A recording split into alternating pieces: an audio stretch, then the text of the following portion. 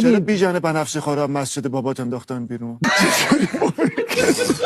بیژن تفلک تمام تلاششو کرد و خب چرا؟ چینش هم طوری بود که کنار هم نباشن. مثلا بیژن رفت کنار افشین سنگچاپ نشست که همین افشین رو میبینه گریه کنه مثلا دیگه. اصلا خب هوتن اونور بود، بیژن رو از دستم در رفت چون بیژن بدجا بود.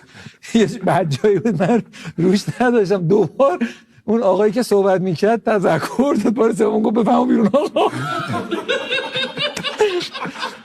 حرف میزدی یا میخندی؟ نه بیدلیل میخندی. بیدلیل میخندی. تو فیلم ها هم اینطوریه، سرش پایین اینطوریه، ولی خب اصلا آقا بابای من بوده. یعنی اگرم تو این کارو کردی برای اینکه برای گریه باشه نمیتونه، چون من پدرم از من دست میدونم زیر این دست چه خبره. تو اینقدر خاطره با بابای من نداشتی اینقدر کمرت بشکنه.